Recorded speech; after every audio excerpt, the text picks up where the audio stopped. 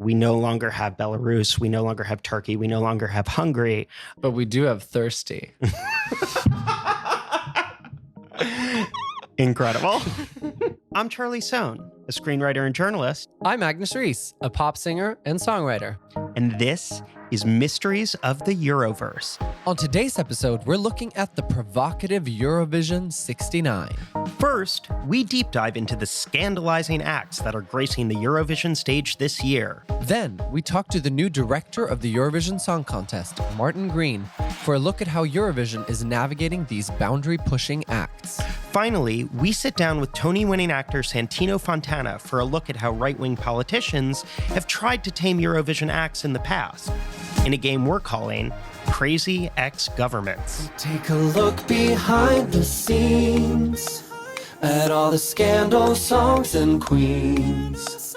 So come along as we traverse all the mysteries of the Euroverse. All the mysteries of the Euroverse. We are here with another episode of Mysteries of the Euroverse. Magnus, have you been surveying? I've been serving. Our favorite little family show is being challenged this year. It's a very different kind of family, a modern family, one could say.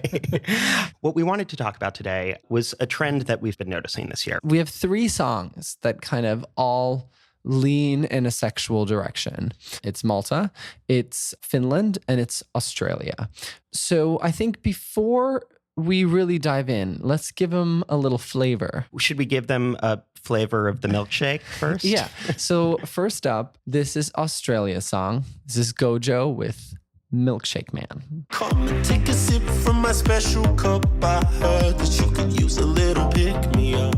What can get you high when you're oh so sad? It's the milk from the Milkshake Man.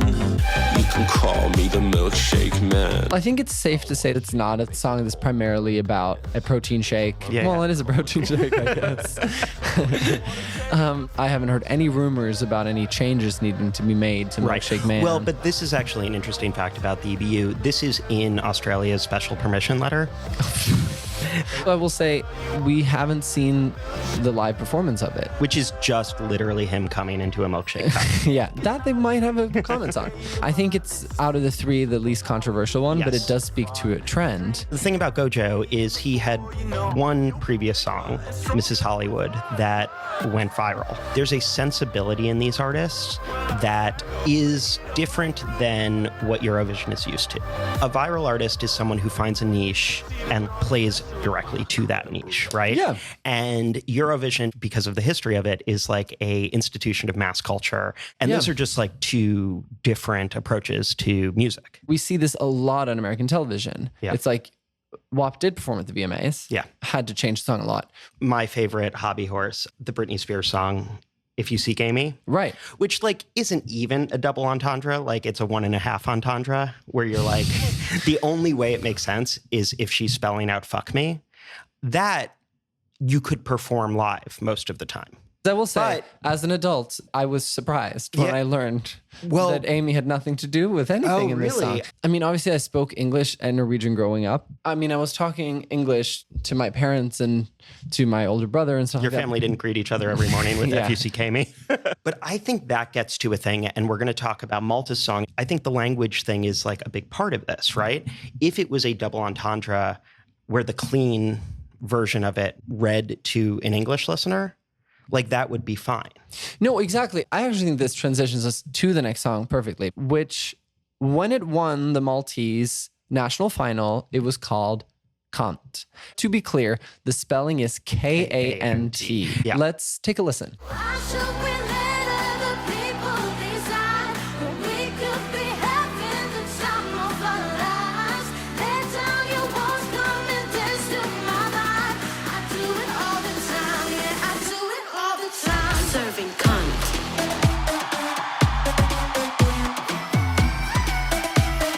Do re mi fa so so serving cunt. In Maltese, Kant is singing. She is serving singing on stage as an artist, Yeah.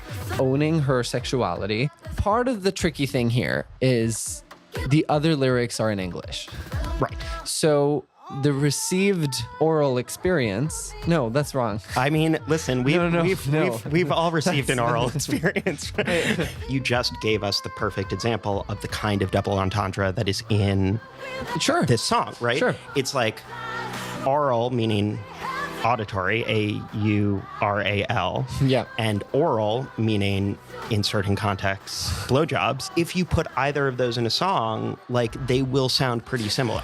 Kant wins the Maltese final. The Eurovision Instagram is literally sharing clips with that word. This is the weird thing when we take an old system and pair it with modern social media. A song has to officially be submitted, and there's a deadline for that, and there's a process, Yeah. Most of these songs, when they become problems, are because another national broadcaster has said they have a problem with the song. To a certain degree, one of the big differences between Russia and Israel. It maybe sounds weird to say there weren't many complaints about Israel, but they weren't generally from At the the national broadcaster. broadcaster level, Exactly. yeah. The member units that No, make and up the organization. Which that example sort of does also reveal the problem with this strategy, right? Sure. Because it really opens the EBU up to accusations of bias and accusations of treating different countries inconsistently. The first thing that happened was BBC Radio said, we will not play this song. So Ofcom, for our American listeners, is essentially like the FCC. Yeah. It's a regulatory body. Ofcom has rules with what they call the watershed, which is 9 p.m. And they have different rules for what can be on TV after 9 p.m. as before 9 p.m. Right. Which is why there were early reports saying that they're going to place this song as late as possible in the broadcast based on their draw. Right. The reality of them broadcasting Eurovision is that they will be fined by Ofcom and Right. get in trouble. Eventually, the BBC submitted a complaint to the EBU. The EBU agreed. They come up with an alternative. The song is now called Serving. Serving.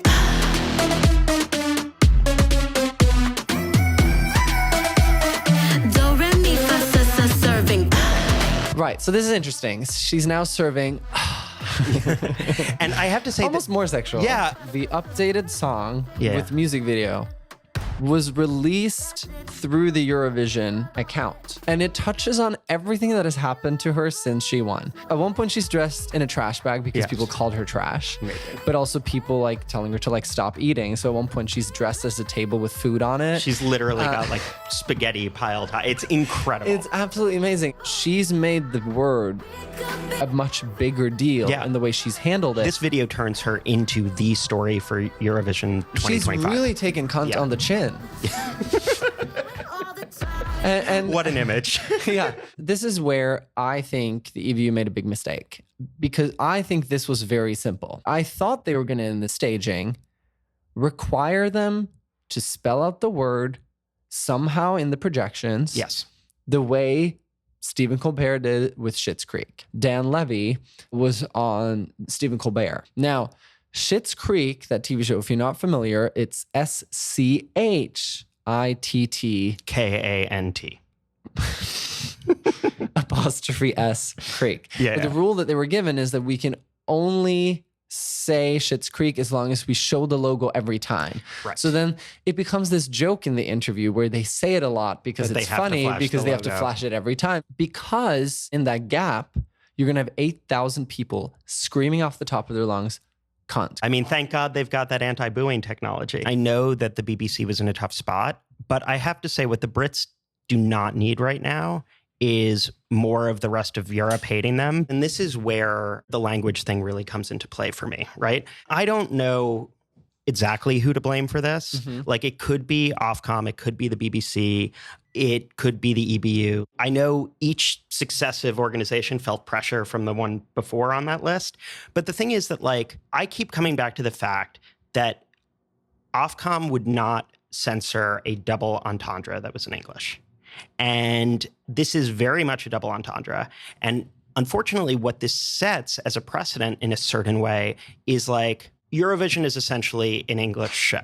I actually don't believe that if there was an English word that meant something that was like really bad in Maltese, and the Maltese broadcaster was like, our regulators will not let us air this word in English. First of all, I think it's an insane thing for the regulators to do because it is a word in a different language, even if it's used as a winking double entendre. Yeah, she didn't make it easier for herself by making the entire song in English. To me, there are two separate questions. Like, could she have made the decision easier? Sure. I don't know if it's the UK is being treated differently or if because we're talking about English, it's a different thing.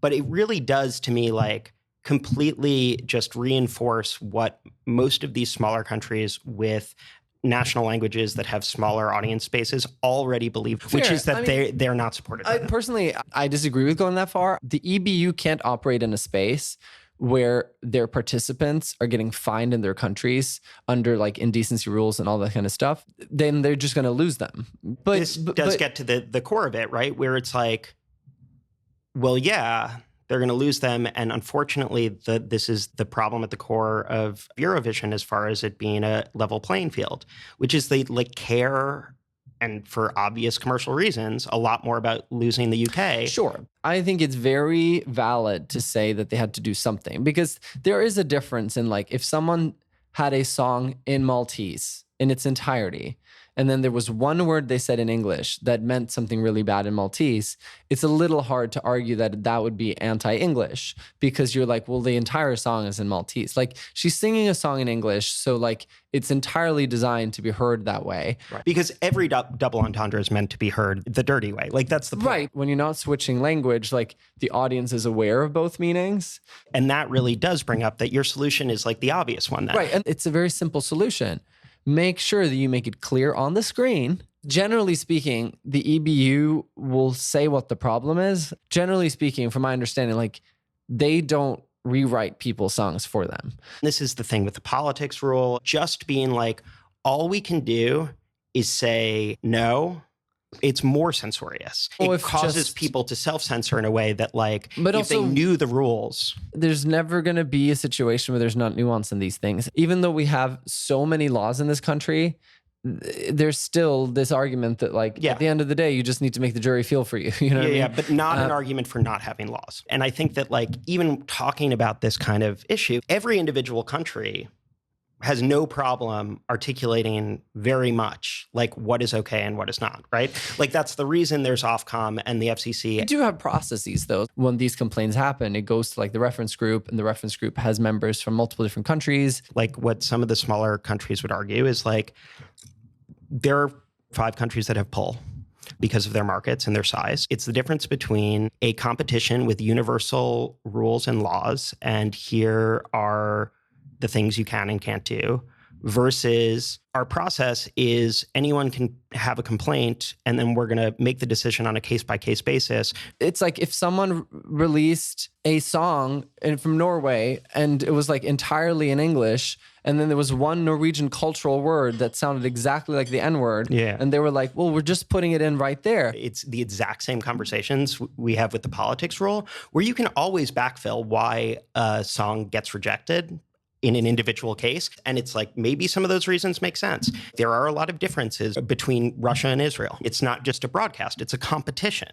And competitions need a sense of fairness and rules. I do think that they can be more transparent. And I also think they are moving in the direction of being all those things. I think what changes things is that like now we live in a world where Eurovision themselves are broadcasting these national finals from their official channel.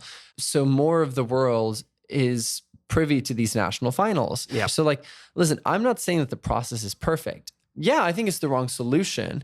I don't think the solution is wrong because they're anti-Maltese. And I don't think that Martin Osterdahl, that anybody at the EBU is anti-Maltese. I think generally unconscious bias is the reason that you make rules.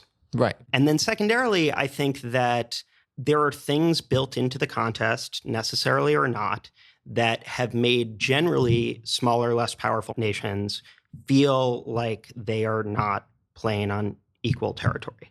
The Big Five, the way acts are funded, all of that stuff. We've talked about this a ton. So I'm just saying, given that that's the backdrop, I want to believe that the songs that I am invested in are getting a fair shake. And particularly when that's combined with nationalism, my country's song, you want to avoid the appearance of impropriety, not impropriety, right? We maybe disagree on the exact role EBU has placed in all this. I think However, it really only... we agree on that we think it was the wrong solution. Yes. Then we have Finland, Erika Vikman. You see the title, Ich komme, which means I'm coming. Mm-hmm. And then you think, oh, this is another entendre situation. Yeah. She's like, oh, I'm Little coming wink. home. Yeah. I'm coming to work. Yeah. But no. Because when She you is look, coming all over a microphone, is what she's but not doing. just that. When you look at the translated Finnish lyrics, Yeah. there's no double entendre. Right. Like, she makes it clear what Ich komme is really about. So with this one, it's a different challenge. Probably if And it were in how much- English, Ofcom would have a problem with it. Right. Even in the UK, like Ofcom, yes, you can't say cunt, but you can talk about sex.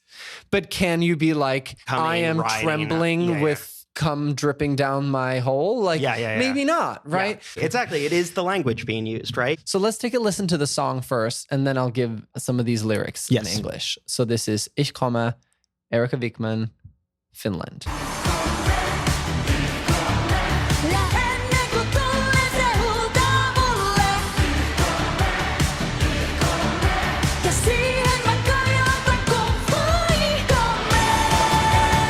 I am Erika. You're full of stamina. Hit me once again. Grab my ass. And when you want more love, just shout, encore. And baby, I'm coming. To your birthday party. It becomes about how much can you talk about sex before it's no longer a family show. Although this is how a lot of families happen. Well, this is true. Obviously, the I'm coming part is in German, but everything else but I'm coming is in Finnish. Right. If the only country that has Finnish as an official language is okay with the lyrics, Right. are you meddling into something that no one cares about? Okay, so now the rule that the EBU is moving forward with, theoretically, if you have a double entendre, a significant portion of the rest of the song has to be in the language. Or you can put your pornographic lyrics in a language that nobody speaks. But fair. But I think also the thing that's tricky is like she's not using any like quote unquote bad words. The thing is that, like, you're right that the Finnish people clearly don't care, which is great. Right. This sort of brings us a little bit to like why... How did we get here? How did we get... Where am I? Yeah. I think actually the rising prominence of queerness at Eurovision actually has led to this partially. Oh, absolutely. For a couple of reasons. One is changing identity of the contest as these, moments of queer sexuality become associated with Eurovision. Mhm. The brand changes from what we know about this is it's a family show to some people think of it as a family show and some people think of it as the first time that they saw queer sexuality on screen, right? And secondarily, queer sexuality was the first step towards the sort of changing of the Eurovision coalition, right? So we no longer have Russia, we no longer have Belarus, we no longer have Turkey, we no longer have Hungary. And that's when you have to think back to the way these things typically get adjudicated, right? Mhm. Which is another national broadcaster has to complain about the content, right? Right. When you start seeing the UK be the ones who are like, oh, this is too far for us, you know that the really right-wing countries are no longer like wielding that much power. 10 years ago, BBC would have never sent Ollie Alexander with the stage Oh, yeah. he had last year, right? Yeah. But we do live in a time now where mainstream media Right. is showing nudity. I was watching the latest season of White Lotus. Right. And like the girl is straddling the guy naked. Yeah.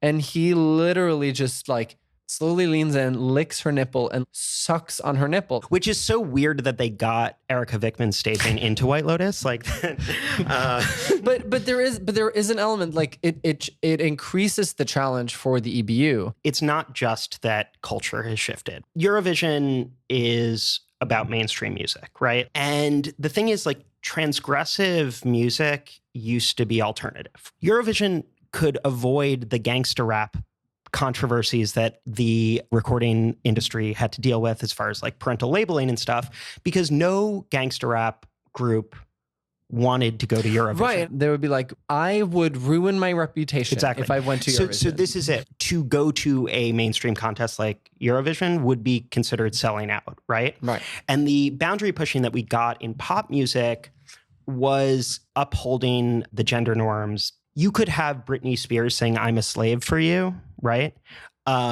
But that's because we like women to be sexualized and weak, Sure. right? If you look at Kant and you look at Komme, these are songs that both are sexually empowering songs for women in a much more kind of like aggressive, dominant Sure. way. Like that Ollie staging, like you could have seen versions of that in Bushwick for the last 40 years. 100%. Yeah. But like the idea that the BBC would send that carrying the British flag, Right. like that's how it changes because Right. now major institutions are participating in that. And because it's a mutual yes. thing. In an ironic way, being able to be really viral has influenced more sexual music. Exactly. If going to the gatekeeper and getting the thumbs up was previously the way to become a mainstream pop star, now it's like make the video that the most people are going to click on, which actually is the perfect transition to talking about Eurovision 2024 and the response to that we just got recently from the EBU, right?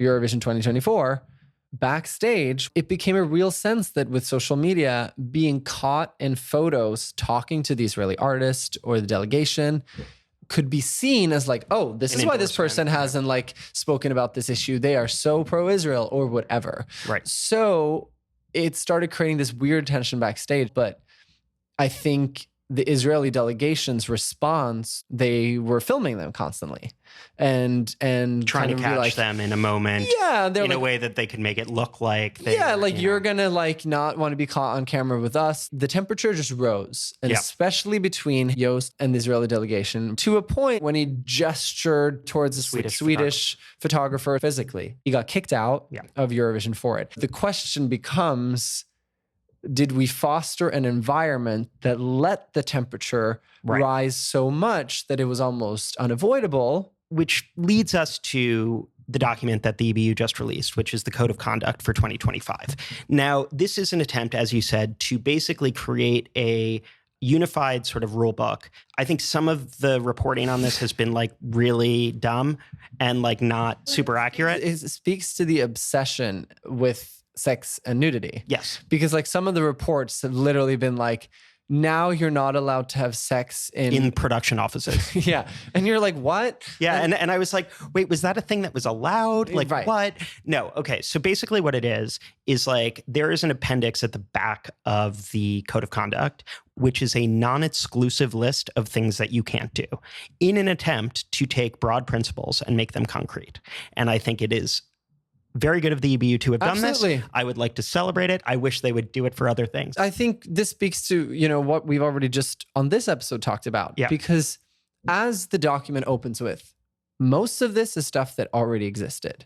But there's now just like a baseline and the fact that you can literally go on the Eurovision website and download it. You go through the Code of Conduct, I think necessarily it needs the appendix. No, I agree with you. So the point that I'm making is like what the EBU normally does not do. No, 100%. Is go, for example, not this. I think why the rules to a certain degree have to be a little general is because you also wanted to tackle the problem of tomorrow. Right. And it's a non-exclusive And list what the appendix does is it interprets those rules Yeah. in what we know today. Yes. And that's all to say that, you know, the challenge that we're finding at the 69th Eurovision, which had to be thrown into the title, of course. Yes. And like this is something that they're going to continue to face as culture is more and more okay being transgressive, being alternative. As culture keeps coming. Culture keeps coming. But coming up, we have some very special interviews for you, starting with Martin Green, the new director of Eurovision. He is the head of the whole thing, and he speaks to a lot of what we talked about in this deep dive as far as like some of the issues that Eurovision is grappling with. Yes, you've heard us many times talk about Martin Österdahl, but this Martin is above that Martin. Yes. It's the Martins of all Martins. Eurovision these days is serving Martin. That's right. Exactly. Then after Martin, we speak with Tony Award-winning actor from Crazy Ex-Girlfriend and the voice of Hans in the huge Disney movie Frozen. That's right. We got Santino Fontana on the pod. And we play a fun little game called Crazy Ex-Governments. Yeah, it's a great time. But before we get there, let's head over to Martin Green. We are here with Martin Green, the brand new director of the Eurovision Song Contest. Martin, welcome. Thank you so much for joining us. It's great to be here. Thank you for having me. Can you talk a little bit about this new role at the organization that you're filling? It's no secret that post 24, there was a relook at how the organization worked, but not solely around 24. I think it had been a long time coming, mostly due to the explosion of the success of the show. And in shorthand, I think the show had got bigger than the team running it. It was decided that there needed to be a central leadership role who could look over the entire brand, if you like. One of the reasons I took the job is that this idea that you can bring people together and indeed countries together at a time when, let's face it, it's a little bit rocky out there. I think the other thing in the EBU context is that we're not a profit-making exercise. Essentially, our money does two things. It either funds staging the show or it supports public service broadcasting across Europe. And public service broadcasting right now, very much seen as the source of the truth. And yet finances are dwindling. So if we can run a project that brings people together and also funds public service broadcasting, what is not to love? There seems to be a very concerted effort for Eurovision to kind of expand access to the national finals. There are these great national finals. Sometimes, unless you're in that country, you're not overly aware of them until they pick their winner. Well, why can't we all see a bit more of that? It makes me laugh in a way because, this thing was invented 70 years ago and little did they know they were inventing the perfect format for the digital age, right? Appointment to view linear television, yes, still holding strong in a world where that's disappearing. But 37 new pieces of content a year, a 9-month cycle, it's just a gift. Just to talk about you for a second, you headed up the 2012 Olympics in London. Not quite true. I headed up the ceremonies and torch relays. I will say when you talk with us, that is the Olympics. We used to say that the sport was really getting in the way of our shows. And used to really wind the sports team up by asking them if the sport they were talking about was city jumpy or throwing. But it was, we did the fun bit. Now, my love has always been spectacle. We threw the Queen out of a helicopter. This is all Danny Boyle's work. It's not mine. I was just the producer, right? But, we did brave things that caught the imagination. And I think Eurovision continues and does continue to do that. The great thing about working with pop music is that you're working with a constant barometer of where the world is. You can literally track it, what artists wish to sing about and is on their minds, and the emotions they want to transmit are very much of that moment. Eurovision 2023 is looked to as a major success all around. The contest felt like it had real purpose in the aftermath of Russia's invasion. So can you talk about your experience of putting that contest together? That show in the UK was fantastic. We hadn't done it for 25 years and we love it. But to do it on behalf of Ukraine was really special. But I'm particularly pleased to be in this position having done that, because I can look our host broadcasters in the eye and say, I know how you feel. Right. I just told them not to look up the interviews that I did after Liverpool where I said never again. Moving to some of the issues Eurovision is confronting. In 2022, Russia was kicked out shortly after the invasion of Ukraine. Obviously, last year, Israel's participation was called into question in the aftermath of what's going on in Gaza. The contest did seem to be caught a little flat-footed in talking about that distinction, given that the political climate is probably going to continue to be fractious. Is there any sort of effort to codify a standard by which a country would get kicked out for actions outside of the contest, as was the case with Russia and then, I guess, Yugoslavia before that? The first thing I'd say is to remind everyone, countries don't compete in Eurovision. Public service broadcasters do. And you only have to see, for instance, The Israeli government made another attempt to try and privatize their public service broadcast this year. Again, it was chased away. The EBU were very instrumental in helping that. You do understand, though, that like where people are coming from, where it's like, this is a contest that opens with a flag parade, and the flags are not the flags of, Con and RTR and all of that. So while obviously your point is correct, like, I think that's where maybe some of the miscommunication might be. And I understand that. And this is why I think there is the technical pragmatic answer to this. And then there's the more prosaic answer. The more prosaic thing is, and I've been through this working on an Olympic Games, a Commonwealth Games. And, if you want something really contested, the idea of the Commonwealth, right? I fundamentally believe that major events in sport and culture exist to show the world how it could be rather than it is. And at some point, there has to be spaces. And artists have always been good at doing this, of showing the grown-ups that their attempts to divide us will not succeed and that we have far more in common. Finances are often cited as a reason for why some smaller countries choose not to participate in Eurovision. Then at the contest itself, one thing you often hear from smaller delegations is that it's hard to compete with the production budgets of some of the larger acts. What discussions have there been about making it easier for these countries to participate and compete at Eurovision? One of the reasons my position was created is the ongoing financial sustainability of Eurovision. If you're going to do a show to a global standard, it will always cost a certain amount. What you can do is see if there are other ways that you can fund that show, right? And that also extends to the participation.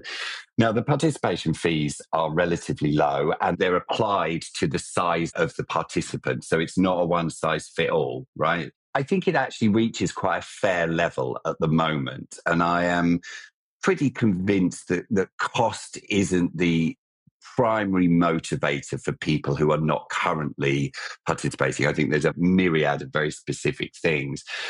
When it comes to production budget, most of the production is provided by the host broadcaster, that unbelievable set with all the tech and all the stuff that's moving. The application of graphics onto that is not an expensive thing. I know you can bring props in, but this is why we limit what you can do with a prop. And actually, as we know in anything arty and in life in general, it is not size that counts.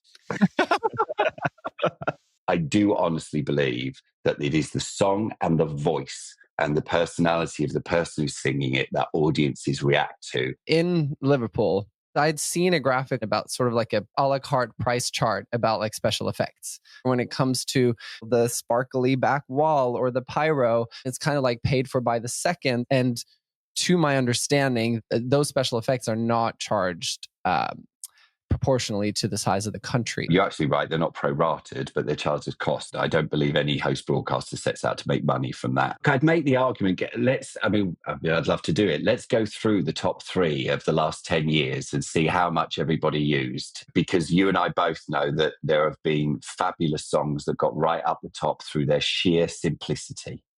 My main argument is that these things exist. Do they get you to win? I don't think so. Do they create a great show? Yes, I do. Is creativity really resourceful? Always. And are simple moments unbelievably powerful? Yes. The idea that Eurovision acts and songs must be apolitical draws some controversy. Critics of the rule say its vagueness invites room for bias in decision-making, or at least the appearance of it, while others point to contest highlights like Jamala's 1944 and ask if the best Eurovision acts really need to be quote unquote apolitical. So have you thought about like specifying that rule at all or replacing it with one that's maybe more values driven? For instance, like distinguishing between a song that's pro-democracy versus, let's say, those pro-fascist Belarusian songs. There will always be subjectivity involved in this, right? We're dealing with art, right? We're not buying paper clips or chairs, right? So there is only so much you will ever be able to write down, right? You're absolutely right. I think it comes in with the values. Now, this is where I think the great work done over the past year comes in. Bringing the code of conduct around, bringing the duty of care document around. That code of conduct essentially existed in a million different documents, but we'd never brought it together in a sort of user-friendly space. Yes, there's yeses and nos and do's and don'ts, but there's a lot more talk about the values of the competition, respect for other human beings, respect for point of view, looking at the safety and the mental health of our artists when they're under great pressure, bringing in, a no camera first rehearsal, bringing in a no camera first full dress rehearsal, creating camera free, broadcast free spaces backstage. This is all about reminding people of the values, which haven't changed, by the way. And the code of conduct does do the sort of Eurovision thing where it lays out values. But what got me thinking was the sort of appendices where it's like a violation of this principle could include not exclusive to, and then like something actually concrete. Is that moving forward kind of a section that is going to be expanded to not just giving people a clearer idea of what's acceptable versus not in terms of like backstage behavior, but also on stage? Well, I think that the honest answer is this is the stage we've got to now. In any big project like this, there is always a review. You write it, you consult with everyone, and we consulted with everyone through the year on this, all the participants. Ultimately, people have got to know what a sanction could be. But also, I think people are much clearer on the values-driven stuff now. Now, this year, there was some controversy over Miriana Conte's song, Serving. People critical of the decision to require a lyric rewrite point out that cunt, K-A-N-T, is a double entendre. Yes, it's winking at profanity, but the word as it's spelled and pronounced is the Maltese word for singing. Can you talk about the thinking behind that decision? I can. Look, every now and then something like this is going to come up when you're working in a multinational situation, okay? There was two things. One, it just so happens that single word in Maltese in an otherwise English song sounded exactly like the most offensive word in the English language. And we run a primetime Saturday night show that is designed for all ages, all cultures. Okay. And we had a good conversation with the Maltese to say, look, can you see this in context? It is also important to say that it was totally intentional. It wasn't an accident, right? So I think that was the other part of it. There was America, England, so many places where it's not going to take much for that word to be completely misheard several times. My prediction of what the decision was going to be was that the word had to be somehow in the projections every time the word was said. I was thinking about when the show Schitt's Creek was on Stephen Colbert, and they had a rule from CBS that every time they said Schitt's Creek, they had to show the SCH spelling. Excellent. It's a different word, right? Because I think the challenge you have now is in the gap that has been left, you're now going to have 8,000 people shouting the word in the arena. There have been, experimentations with anti-booing technology in Eurovision in the past. So is there a plan right now on how to handle that? So look, well, one way, the song's done its job. It's got us talking, right? So, good luck to them, right? It's done exactly what they wanted it to do. There's several things here. The first thing is, our job is to identify the problem, not the answer. It is really important to us that it is the artist that comes up with the answer, right? It's their performance, it's their song. And I know that the artist is making sure in their performance and the musicality of it that there isn't an overt invitation for anyone to fill in the thing. And all I can ask of our brilliant audiences is, you are on primetime television in front of all ages across the world. And as much as the actions and the acts of those on stage matter, so do yours. So have a think about how you want the world to think about Eurovision. We all share a desire to make sure that Eurovision sends its message that music can bring us together in difficult times. And therefore, we all have a responsibility to think about our actions and to make sure that everybody is only welcomed, and that a really young kid who is watching it for the first time, who maybe like many of us is also searching for a community, doesn't have that TV shut off by their parent because some word is being shouted every 5 seconds, right? There is this kind of maybe bigger issue with what you're grappling with, right? Because like you've said, Eurovision has expanded a lot. It's really connected with the Gen Z audience and has sort of consciously, I think, become a little bit more up to the minute as far as contemporary pop is concerned. With that does come these sort of like boundary pushing pop acts. Has there been any thought to trying to, again, like just sort of come up with maybe a more codified set of standards and practices for what is acceptable on the Eurovision stage? No, I don't think so, because if history is littered with the corpses of people who try to be the moral core of anything. This is about discussion and art, right? It is the job of pop music to push boundaries. It is the job of artists to talk about what is going on in the world, right? And I will march on the streets before they're not allowed to do that, right? But then what we've got is artists in context, right? And the context here is a prime time family show. There are spaces where artists can be, totally free to express themselves in completely X-rated or whatever terms they want, and that's great. There are other spaces where that art needs to be translated to context, not only age, but cultural. If you're working in an international thing, I would much rather everybody be reaching everyone than certain countries switching off because of X, Y, and Z. Eurovision's put a considerable amount of effort into expanding into new markets. Can you talk about your thinking on that front moving forward? And is there any concern that in expanding too much, you lose what is now a relatively unified coalition in terms of values? Yes, to the last thing, that's always the thing. On the one hand, you've got this amazing thing that demonstrates how the world can come together through music. How can we share that more with the world? That's the natural instinct, okay? But you're absolutely right. If we want to do that, how can we make sure that we retain all the preciousness about this thing? Right? And that what it means doesn't in any way get diluted, or its values don't get diluted.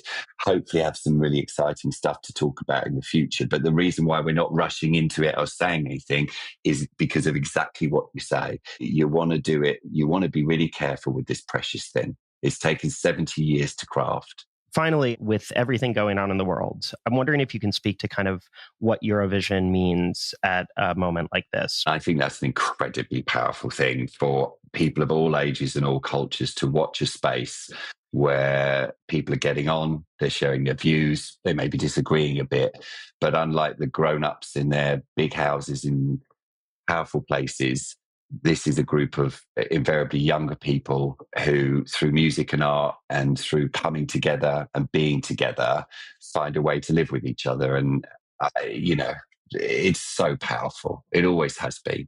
Martin Green, thank you so much for joining us. So much. And we'll see you in Basel. Yes. Are you coming? Are you going to be there? You're going to be physically there? Yes, we will be Oh, brilliant. Oh, that's great. Well, look at it. Make sure you come say hi. Euroverse. A country's Eurovision performer is technically apolitical, chosen by the country's independent national broadcaster. And yet, a country's broadcaster is not quite as independent from politics as we'd like to believe. Elected officials have numerous tools to politically influence a broadcaster, from appointments to the leadership to using licensing fees and funding as leverage. So, with the rise of right-wing authoritarianism in Europe, it's worth exploring how much of an effect a new government can have on its country's broadcaster, and whether we see that effect on the Eurovision stage. We're going to do this with a little game today we're calling Crazy Ex-Governments. And to help us with this game, we are joined by the incredible Santino Fontana. Hello! Santino Fontana is an American actor and singer. He has received a Tony Award, 2 Drama Desk Awards, an Outer Critics Circle Award, Lucille Lortel Award, and an Obie Award. In addition to his stage work, Fontana voiced Prince Hans in Frozen and starred in the first 2 seasons of Crazy Ex-Girlfriend as Greg Serrano. So, welcome. Thank you for being here. Thank you. I'm going to hire you as my agent. That's next. Thank you for having me. So, we're going to play you 2 songs from the same country. One of those songs was chosen by a national broadcaster while it was receiving significant pressure from a newly installed right-wing government. The other is from when the country's broadcaster was not facing pressure from a right-wing government. So your job is going to be to tell us which of these 2 numbers came from this period of right-wing pressure. Now, before we start the game, Santino, we always ask, what do you know about Eurovision going into this game? Very little. I know there was a movie about it. I did not see it. That's it. Let's see if over the next short while we can catch you up, Santino. I don't know. I don't want to offend anybody, I guess is what I'm most afraid of. But I also want to call it like I see it. Yeah, no, absolutely you should. And I Absolutely offend people. Yeah. Do it. So to jump into the game, we are going to start with Spain. So the first number is from the artist Beret, and it's called Say Yay. Come on and raise your bottom high. You are the one who never dies. Hooray, sing it la la la la. Go on, sing it la la la la. You So there's a woman. Oh, she's dancing. Kind of. Oh my God. Did she just do a death drop? Yes. What was that? What? She's writhing on the ground. Okay. She's wearing what looks like a tinfoil outfit. She could wrap it up for a to-go order. I have not understood a single lyric. Welcome to Eurovision. Oh, she just did a body roll. Okay. Wow. Well, I will say they all seem to love it. And they seem everyone seems very excited. And I'm sure they're all on a lot of drugs. Who's in the audience? Where are they? So, okay. In a hockey rink? What's going on? It's in a sports arena every year. It's like the Super Bowl, essentially, the way they do it. She also seems to be wearing boots, which I'm a Yes. little confused by because she's wearing like a mini skirt outfit that's made of foil. I'm not a fashionista, but I do think that foil and boots was big in Spain around this period. But okay, so this is Blanca Paloma. The song is called Ea. What does that mean? Aya. It's a neutral syllable chant, but the text is a lullaby sung to her daughter. I think musically, it will not sound like a lullaby to you, probably.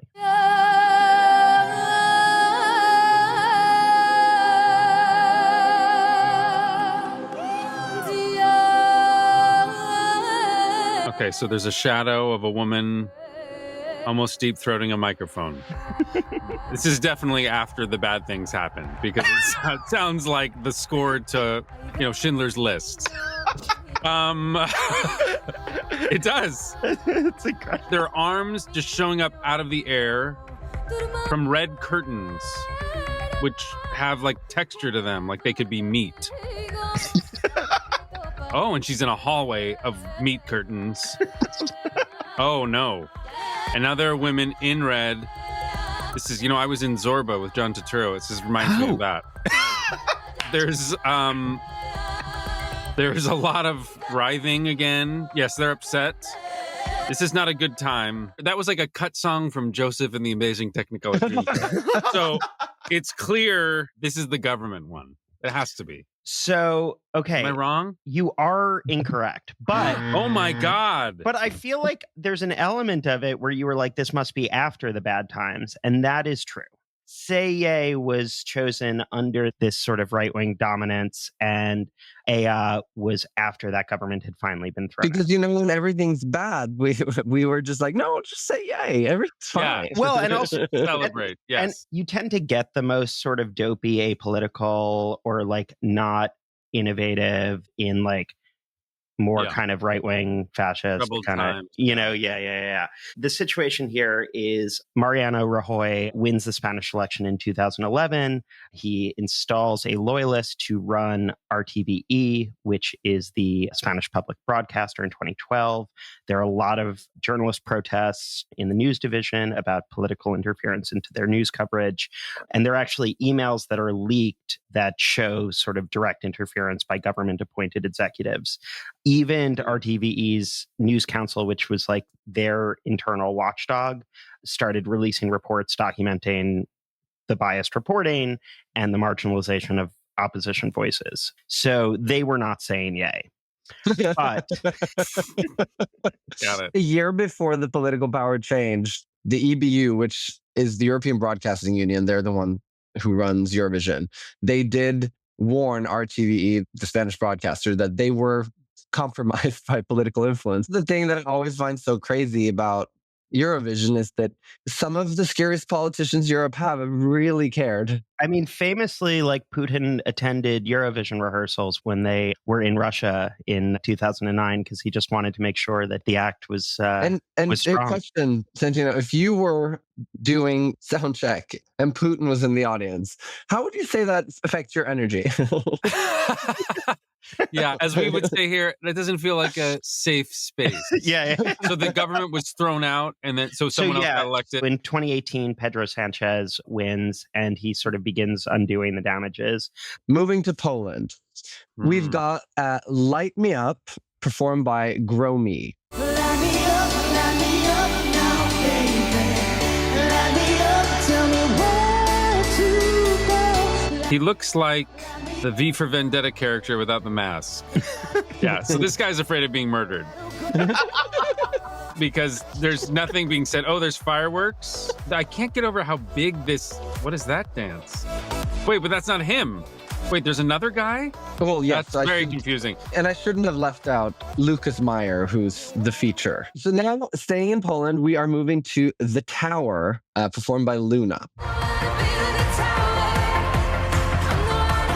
So already there's a stage that looks like a chessboard. Oh, so there's a person in a white, like, oh my God, there's a giant red horse. There's a giant red horse and someone on it, and that looks like a planet. Oh, so there's someone in white and someone in black, and then there's a singer who's showing her midriff and wearing thigh-high red leather boots. What? Guys, I can't describe this. This is impossible. Did you say Europe rise up? Oh, she climbed it. She climbed the chess Climbed piece. the tower. Guys, I words fail me. I don't. Which one was Which one was influenced by right-wing? Yeah. Right-wing politics. I want to believe the first one because it was so kind of basic and it was akin to a hostage video. Like they were saying everything's great, although this one is so troubling. You could also tell me that the people in this video right after this were taken out and shot, and I'd believe you because they veered from dear leader's message. Yeah. Who came up with this fucked up idea, guys? Which one of you was like, you know what we should do? We're going to go deep on Eurovision. I will say, we kind of stumbled into it. It's like, You didn't. No one stumbles into Eurovision. You saw the fear in the eyes in Light Me Up, and you're correct. That's one that was under right-wing influence. So the Law and Justice Party came into power in 2015. They very quickly put the broadcaster under direct control of the government. And on the Eurovision side, things also took a turn. So this is where we're going to get to a bonus clip. This was Poland's number the year before Law and Justice came to power. This is right before the right-wing takeover, yeah. The hostage video. Okay. Yeah.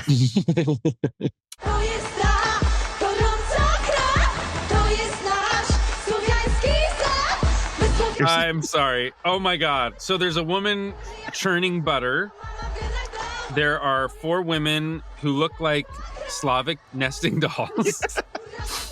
I'm not Slavic, but I imagine I would be offended if I was.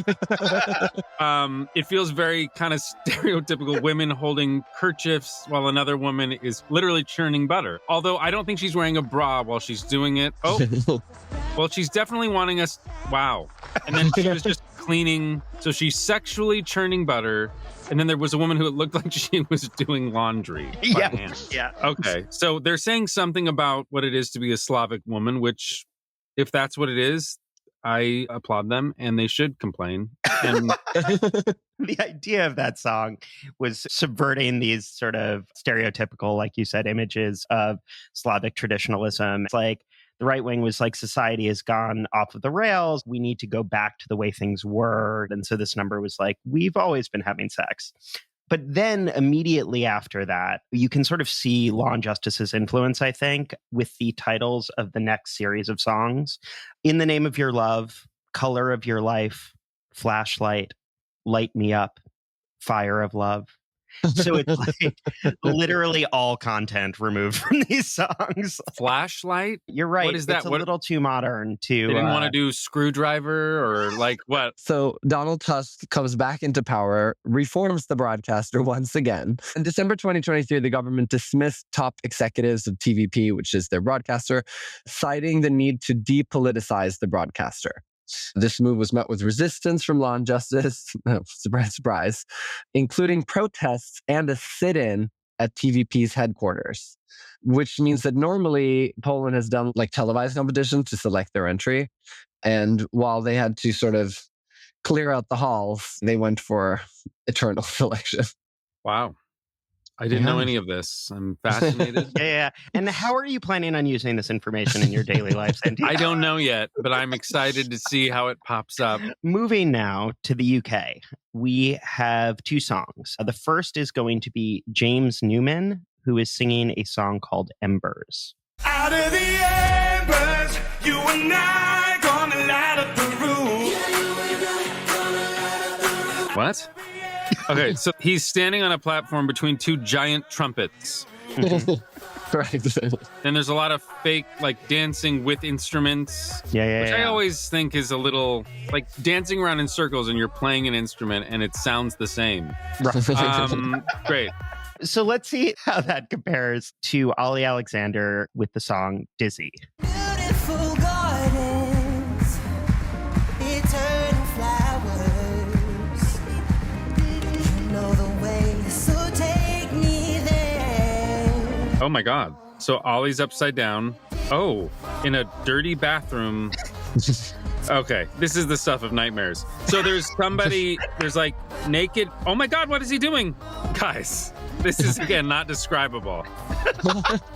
There's a lot of homoerotic stuff. Oh my God, yes, there is. Okay, so yes, this is a gay sex dungeon / fight club / we're flying through space because there are, oh my God. And the room is like a box that keeps spinning. I'm not gonna lie, I'm uncomfortable. Remember the music video for Christina Aguilera's Dirty? It's like they used the set and then they took poppers and this is where we are. So this is not, no one reined this in. So it's clear that, I mean, this represented England? Yep. Yeah, no wonder another government took over because they're like, that cannot represent all of England.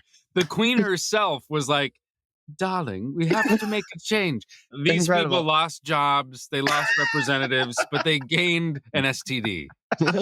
Well, I will say you are entirely right that the James Newman song was the one that was released during a pressure campaign against the BBC.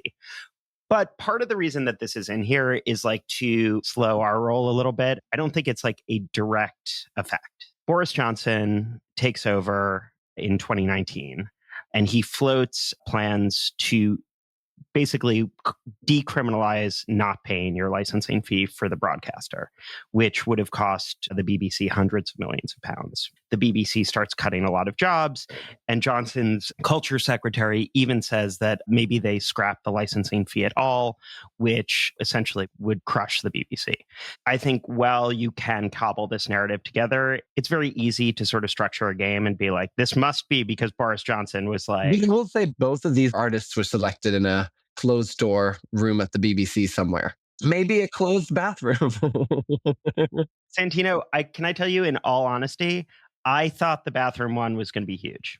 Really? I was like all in on. I didn't love the song, but when they released that staging, I was also, like. One thing that's really cool about that staging, as you said, like the box keeps turning. The thing that's really cool is the box never moves one bit.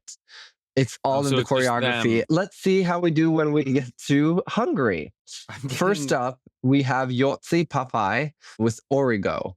Now, this is not in English. Some of the lyrics translated.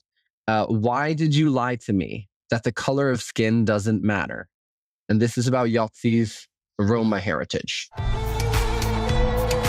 Again, the largest stadium I've ever seen in my life. This is like Radio City Music Hall times 30. Fireworks. Oh no, fire. Just fire. Okay. Okay, he's rapping. He has a man bun, Justin Baldoni style. He also is wearing a cummerbund over, I believe, a t-shirt. Oh, no, we've got a violinist. We've got flags. Okay, we've got a belly dancer, I believe.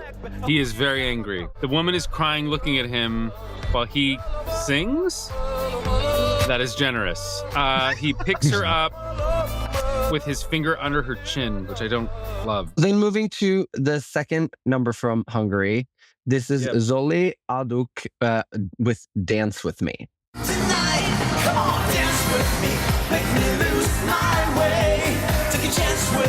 Okay, it looks like the Spice Girls or a cut number from Mamma Mia. A guy in green pants. Okay, so they're hi guys. Okay, yeah, they're women dressed like Barbie around a man who's dressed like Ken, and he's, let me tell you, not interested in them. Oh, he does a double pirouette. He is not interested in them. This is obviously the one that the government intervened and was like, we can't have that guy who was angry again. It actually is the first one that was under a right-wing government. Oh, weird. Yeah. Right-wing government, I imagine, doesn't want him rapping. That's kind of the fascinating thing about this. And like literally this is one that I like cannot explain, because this is like Viktor Orban comes into power. Great guy. Yeah, great guy. Friend of the pod, as we like to say. Yeah. So he comes back into power in 2010, and he really does put all of the media under his control, including the public broadcaster. And the news department is basically a propaganda outlet. And yet, this was in 2017, while Orban was demonizing Roma people, and yet they sent this to Eurovision. And so the best I can come up with is like, it really just shows how even sort of authoritarian leaders have their own politics. And sometimes you don't want to fuck with culture. Like people will let you mess with information and news, but like don't tell people that they can't listen to the music that they want to listen to. To introduce our final set of numbers, we are moving to Israel. Oh no. I'm so scared. No, it's not as scary as it sounds, I promise. I'm so scared. The first number we're going to hear is Harold Scott's Milim. שוב העצב כאן, שוב הפחד כאן, והסוף נרקם בחלוני. Okay, there's a man in a suit with an open shirt. He's singing breathily, very serious. This is very simple compared to the other performances so far. He's got a pretty voice. There, what looks like stars behind him. He's closing his eyes singing. It's like a pretty ballad. This is like a Celine Dion song. It's nice. It's a nice song. It's pretty. What a Eurovision reference you made with Celine Dion. Is that a Euro? I don't even know. Is that a Eurovision reference? The reason we all know Celine Dion is because she won Eurovision for Switzerland in the 80s. Yeah. Really? Yeah. I had no idea. She won for Switzerland with the song in French. And interestingly enough, it actually was the same staging as Ali Alexander's song. Oh my God. So that song that you just listened to, it's someone who has lost someone, who has left them with only words. This is called There Must Be Another Way. The lyric is, for there is no single address for sorrow. There must be another way. There must be another way. Another giant stadium. She's sultry. There's a woman dressed like a Israeli Stevie Nicks. She has a perm. She also could have been in Zorba. There's Patti LuPone. There's a Patti LuPone backup singer. Oh, it's a duo. Two women singing. They are impassioned. They seem determined. They come together. They're both wearing all black. They're looking at the audience saying there must be another way. Okay, well, I think it's pretty clear what that one's about. I will say, I think those Israeli songs were both like good. Like I like the music actually compared to the other ones. I don't know why anyone would have anything against the song about loss. I also feel like There Must Be Another Way is also so tame. Like it's so unspecific. I don't know. This one's a toss-up for me. Well, one could say it's a complicated issue, you know? Oh my God. Yeah. Okay, I am not going to make you answer this. So There Must Be Another Way was right before Netanyahu took over for the second time. That makes total sense. Yeah. Well, particularly because one of the two performers is Arab. There's a history of Israeli artists sort of using Eurovision to either call for peace, speak out against what they believe politically is going on, and obviously pretty much as soon as Netanyahu came back into power, you sort of see that stopping. So the Israeli public broadcaster at the time, Netanyahu was very critical of. There also were like standard accusations of it wasn't being run incredibly well. But Netanyahu kind of took advantage of this efficiency argument and began talking about cutting the budget entirely and restructuring it. Government passed a law in 2014 to abolish the Israeli public broadcaster at the time and replace it with a new public broadcaster, Khan. Netanyahu quickly realized that Khan was going to be just as independent from him and just as oppositional as IBA was. So he actually delayed the institution of Khan for, I think, like 3 years or something like that. And even to this day, there's a tremendous amount of conflict between Netanyahu and Khan. Do we not see a song like There Must Be Another Way from Israel really because of like public broadcaster shenanigans? Or is it just like literally Israel has changed and like Israeli voters have changed? It can kind of be hard to, and also this idea of taking finances and efficiency used as a way to try to make yourself a little bit more of a king, something we're very unfamiliar with right now. But you came into this with very little Eurovision knowledge. Now you've seen these videos. What are your takeaways? And also, how are you doing emotionally? The good thing is I have therapy today, so that'll be good. No, I'm like, wow, that is fascinating that whole thing is existing. And I knew nothing about it. I am no longer a Eurovision virgin. I feel like everybody lost their virginity watching that Ollie Alexander number. Well, I don't think any of the people in the dance did, but I think they had lost it a long time ago. Santino, thank you so much for joining. My pleasure. Thank you so much. Thank you for having me. My pleasure. And I'm sure we will see you in Basel, Switzerland in May. Yeah. I hope you guys bring lots of recreational drugs that get you through it. And 100%. Euroverse. Thank you so much to Martin Green for sitting down with us during such a busy time of Eurovision prep. And thank you so much to Santino Fontana for traumatizing himself for the good of Eurovision. Exactly. And as we inch closer to Eurovision 69, 1 inch at a time, we got more episodes of the podcast coming up. Yes, very excited. We have Eurovision 2025 guests coming up for you. And until then, happy Eurovision.